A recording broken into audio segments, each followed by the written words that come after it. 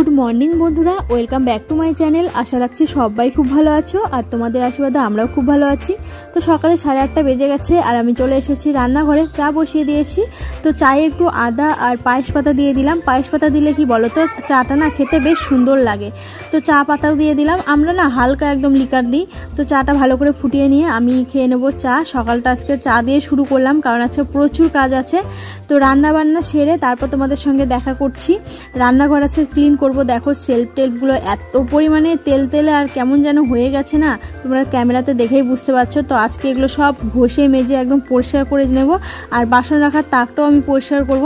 ওইদিকে মা করছে কাছাকাছি, কারণ কালকে আমাদের শুদ্ধ হবে। মানে তোমাদেরকে বলেছিলাম না, আমার একটা ভাসুরের ছেলে হয়েছে, তো আমাদের অছুচি পড়েছে, কালকে আমরা শুদ্ধ হব। তো সেই জন্য এগুলো সব মাজা ঘষা শুরু হয়ে গেছে, এমনকি কাছাকাছিও শুরু হয়ে গেছে।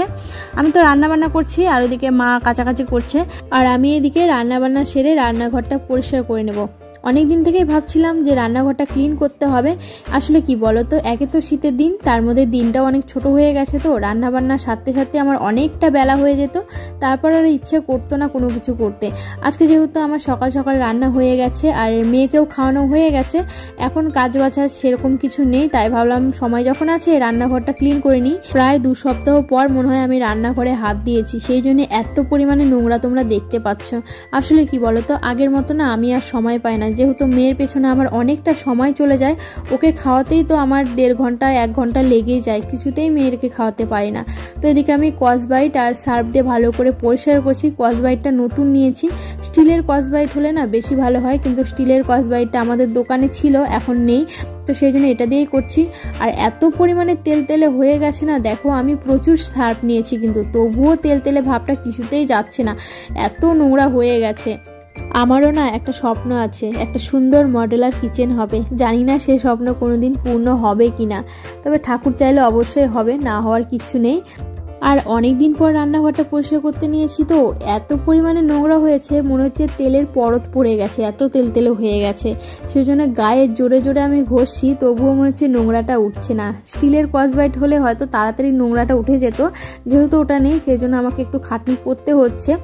ডেলি একটু করে সার্ফ দিয়ে পরিষ্কার করে নিলে এত নোংরা হয় না, যেহেতু আমি সময় পাই না। মানে তাড়াহুড়ো করে রান্না বান্না সেরে আবার মেয়েকেও খাওয়াতে হয়, মেয়ে আবার আমার হাতে ছাড়া কারো হাতে খাবে না, আবার পুজো টুজো সবই করতে হয়, সেই জন্য না সময় হয়ে উঠতে পারে না। তো আজকে ঘষে একদম চকচকে ঝকঝকে করে ফেলবো, যতই দেরি হোক যতই সময় হোক। আবার আমাদের পাড়াতে একটা পিকনিক আছে, গোপালের পিকনিক, ওখানেও যেতে হবে। ওখানে সকাল সকালই যেতাম, যেহেতু আমাদের অছুচি এখনো যায়নি। আমি ওখানে গিয়ে না কিছু ধরতে পারবো ঠাকুরের, না কিছু করতে পারবো, তো সেই জন্য বাড়ির কাজবাজ ছেড়ে আস্তে ধীরেই যাই। তো আমার সার্ফ দিয়ে ঘষা হয়ে গেছে, এবার একটা ভেজা পরিষ্কার ন্যাকড়া দিয়ে ভালো করে মুছে নিলে আমার রান্নাঘরের সেলফটা পরিষ্কার হয়ে যাবে। আরও একবার যদি ভালো করে ঘষে নিতাম, আর একবার মুছে নিয়ে যদি সার্ফ দিয়ে ভালো করে ঘষতাম, আরও বেশি পরিষ্কার হতো। যেহেতু আমার আর সময় নেই, ওখানেও যেতে হবে, সবাই চলে গেছে, আমাকে ডাকতেও এসেছিল 2 জন। তো সেই জন্য আর দেরি না করে ভালো করে এগুলো মুছে টুছে বাসনটা গুছিয়ে রেখে দেবো। আর দেখো জল বেরিয়েছে, কি পরিমাণে নোংরা জল বেরিয়েছে, তোমরা নিজেরাই দেখো, তাহলে ভাবো কতটা নোংরা হয়েছিল। যা পরিষ্কার হয়েছে মোটামুটি বেশ ভালোই হয়েছে, খুব একটা খারাপ হয়নি। আগেকার ভিডিও আর এখনকার ভিডিও ক্লিপটা মিলিয়ে দেখো কতটা নোংরা হয়েছিল, আর অনেকটা পরিষ্কার হয়ে গেছে। তো এবার থেকে 2-3 দিন পর পরে আমাকে পরিষ্কার করতে হবে, তাহলে এত পরিমাণে নোংরা আর হবে না। তো চলো, বাসন টাসনগুলো গোছানো আমার হয়ে গেছে, এবার রান্নাঘরটা পরিষ্কার করে নিয়ে আমিও কিছু খেয়ে দিয়ে নিয়ে স্নান ধ্যান করে ওখানে যেতে হবে। অনেকটা বেলা হয়ে গেছে, শাশুড়ি মা চলে গেছে, মেয়েকে আগে স্নান ধ্যান করিয়ে দিয়ে পাঠিয়ে দেবো, তারপর আমি যাব।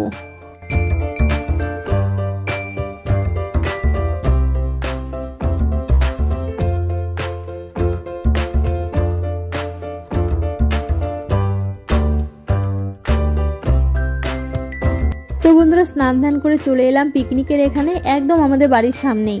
এখন গোপালকে ভোগ লাগানো হচ্ছে। আমাদের বাড়ির পাশে যে আশ্রমটা আছে না, ওই আশ্রমেরই গোসাই এসেছে ভোগ লাগাতে। তো দেখো কত লোকজন আছে, এখানে প্রচুর গোপাল আছে। সামনেবার আমার গোপালকেও আনবো, এবার তো আর আনতে পারলাম না, যেহেতু আমাদের অছুচি যায়নি। তো দেখো অনেক গোপাল, সুন্দর সুন্দর গোপাল, দেখে তো খুব ভালো লাগছে। আর প্রথমবার আমি গোপালের পিকনিকে এলাম।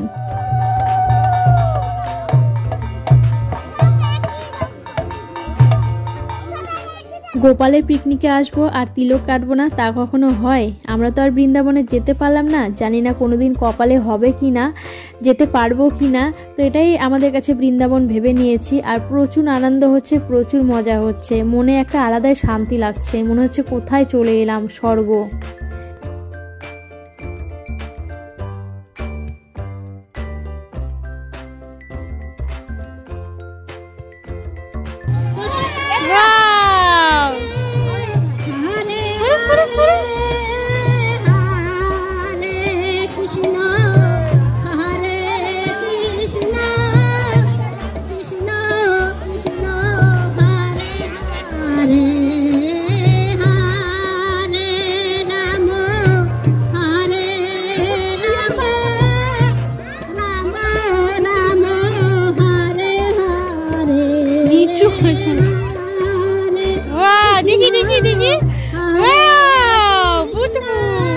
এই যে দেখো কত গোপাল এসেছে পিকনিক করতে, এত সুন্দর করে সাজিয়েছে না, প্রত্যেকটা গোপাল দেখে একদম চোখ জুড়িয়ে গেল, খুব ভালো লাগছে। তো এখন কীর্তন হবে, তারপর ভোগ বিতরণ করা হবে। তো এদের সঙ্গে আমিও বসে পড়লাম কীর্তন করতে।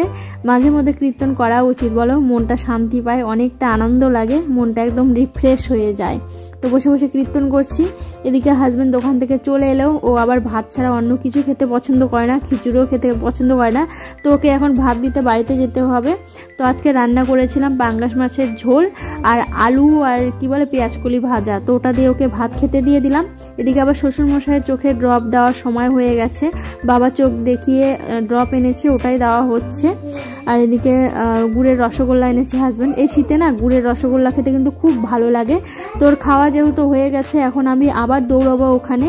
তো এখানে এসে দেখি প্রসাদ বিতরণ শুরু হয়ে গেছে, তো আমিও বসে পড়বো। শাশুড়িমা বসে পড়েছে, আমার জন্য জায়গা ধরে রেখেছিল, তো এখানে আমি বসে পড়বো।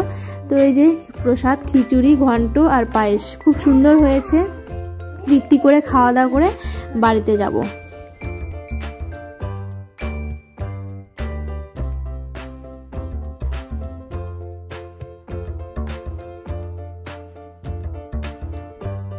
তো বন্ধুরা খাওয়া দাওয়া করে বাড়িতে এসে একটু শুয়েছিলাম, এসে দেখি মেয়ে ঘুমিয়ে পড়েছে।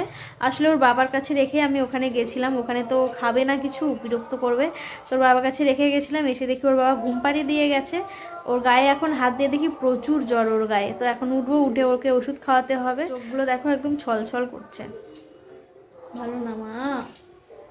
সামনের সপ্তাহে আবার বাবার বাড়িতে যাব, এর মধ্যে যদি শরীরটা ভালো না হয় হাজব্যান্ড যেতেই দেবে না।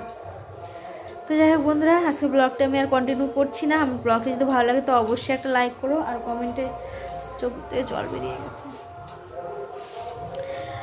কমেন্টে যেন কেমন হয়েছে, আর আমার চ্যানেলকে অবশ্যই সাবস্ক্রাইব করো। তো আজকের মতো বাই বাই, সবাই খুব ভালো।